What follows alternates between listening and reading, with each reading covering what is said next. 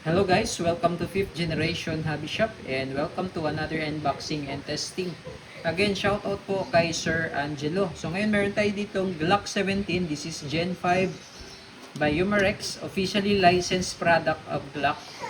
Okay, si Umarex lang po ang pwedeng mag-copy. Ito. Okay, so this is CO2 powered. Etong isang CO2 is good for 60 shots more or less. Tapos yung kanyang bala is lead pellets. Caliber 177 po ito. Lead pellets po ang kanyang bala.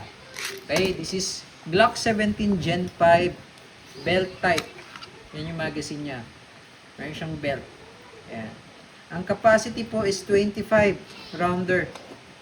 Saka double check lang po.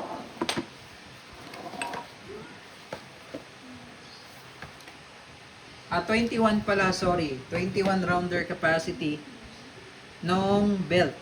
Okay? So, ganito po siya paglo-load. No?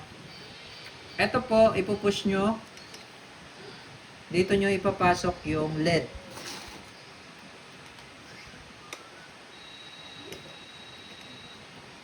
Ayan. Tapos, iikot nyo siya, counterclockwise, hanggang sa mapuno po siya. Hanggang sa mapuno po yung 21 slot. Ayan.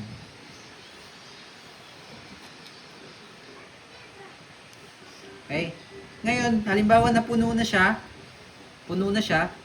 ibabalik nyo lang ulit yung pinos nyo. Ibabalik nyo lang yan. Pupush nyo lang dito sa kabila. Yung lock. Yan. Okay. So, pinush ko kanina. Ngayon, ibabalik ko lang. Yan. Okay. Ngayon, yung CO2 naman dito yan lalagay. Okay.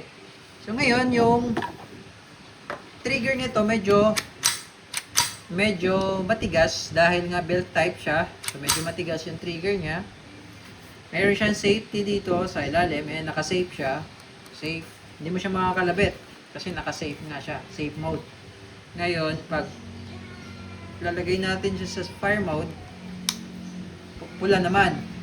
Okay? Take note, yung trigger niya malalim. Hanggang dulo po ang trigger niya. Hanggang dulo. Ayan. Nasagad nyo po ang trigger niya hanggang dulo. Ayan. Okay. Serial number, last number 7861. Glock 17 Gen 5. With serrations front and rear. With markings. Standard sight. Yun. So this is blowback. Pero yun nga, hindi po siya nag-open slide. Hindi po siya mag-open slide katulad niyan. Pag wala ng bala. Kasi nga belt type siya. Okay. So, all metal internals. Okay, naka-rippling yung kanyang barrel is rifled steel.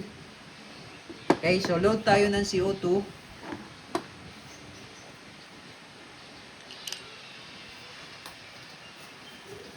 Meron po siyang kasamang alin.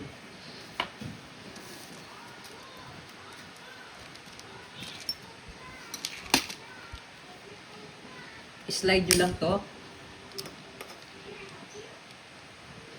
Adjust nyo lang yung alin. Pag lumapat na siya, pihit. Tamang higpit lang. Tamang higpit lang. Okay? Huwag siyang higpitan ng todo. Tamang higpit lang, then balik. Hindi siyang markings dyan. Okay? And then, once na isasalang nyo na siya sa unit, kailangan nasa gitna po ito, no? So, luludan ko lang siya ng bala. Okay, so pinuno ko na po siya ng bala, tapos ilalagay nyo lang siya sa gitna. Ayan, nakatutok po siya sa gitna. Okay. Yung slot ng rotary. Ayan. Okay, so testing po. Glock 17 Gen 5. This is belt type. Caliber 177. Testing, Glock 17 Gen 5 belt type airgun pistol chambered in 177 lead pellets.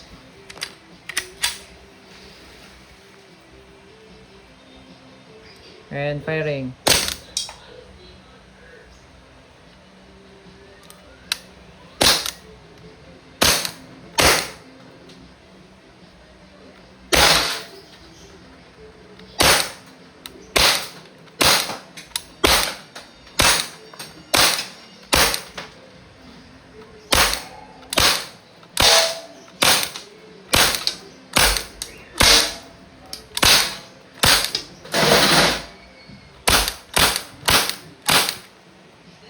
Okay?